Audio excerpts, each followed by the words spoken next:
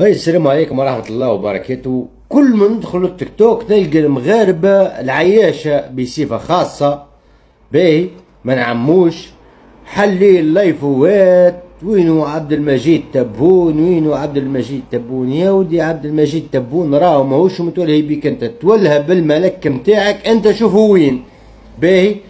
تحية الجزائر وتحية عم تبون وتحية الجيش الشعبي الديمقراطي الجزائري مع عند خوكم التونسي، وربي يحفظ الجزائر وربي يحفظ عبد تبون باهي. وتحيا الجزائر شعب وحكومة.